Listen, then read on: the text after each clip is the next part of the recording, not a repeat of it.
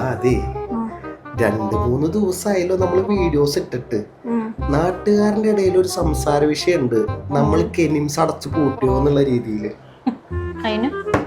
അതിനൊന്നല്ല, നമുക്ക് എന്തെങ്കിലും ഒരു വീഡിയോ ക്രിയേറ്റ് ചെയ്തിട്ടോടെ. സത്യത്തില് ഈ ചാനലില് എനിക്ക് വലിയ റോളൊന്നും ഇല്ലല്ലോ. വീഡിയോ എടുക്കുന്നത് നീ, കോണ്ടന്റ് നിന്റെ, സ്ക്രിപ്റ്റ് നിന്റെ, അഭിനയം നിന്റെ അടിപൊളി, എന്റെ ബോറ്, എല്ലാവരും നല്ല അഭിപ്രായം നിന്റെ പറയുന്നത്, എനിക്കെല്ലാം മോശം, ലാസ്റ്റ് എനിക്കെല്ലാം കുറ്റം. പിന്നെ ഞാൻ എന്തിനാ വീഡിയോയില് വരണേ?